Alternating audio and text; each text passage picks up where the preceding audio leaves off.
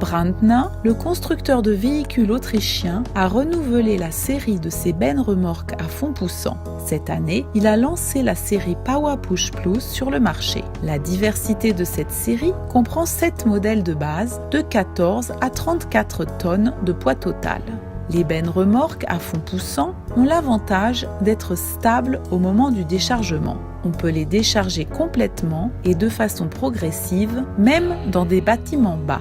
En plus, ces bennes-remorques présentent une plus grande capacité de chargement car on peut précompacter le chargement. En contrepartie, les bennes-remorques à fond poussant sont plus chères à l'acquisition et en règle générale de construction plus lourde. Pendant la récolte d'ensilage d'herbe, la technique agricole suisse a étudié de près le nouveau modèle TA255 de Brandner, présentant une contenance de 26 mètres cubes. Le cadre robuste du châssis de cette benne-remorque à fond poussant est réalisé en profilé double C avec un dispositif anti-encastrement arrière. Le modèle a été optimisé pour obtenir une réduction du propre poids avec des charges utiles importantes.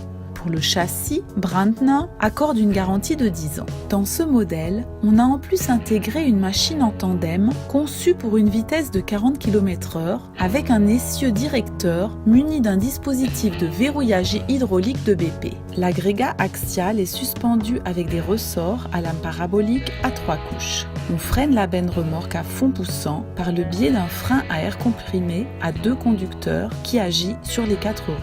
Sur le côté, la construction de 2 mètres de haut est composée de panneaux de la marque Stabilator, dont la surface interne est lisse, afin de réduire l'usure des joints. À l'extérieur, les panneaux dont la surface a été traitée à la technique ACC sont protégés de manière optimale contre la corrosion.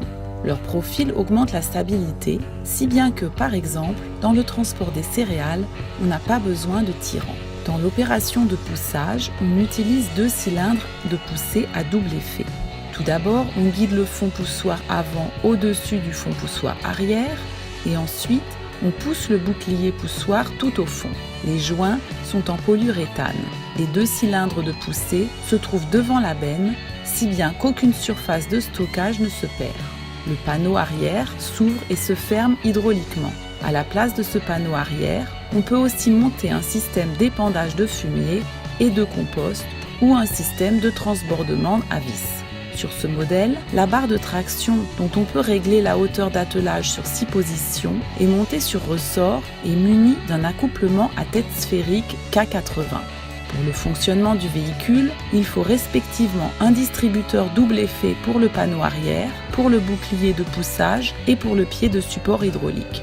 En plus, un distributeur simple effet est nécessaire pour verrouiller l'axe de direction.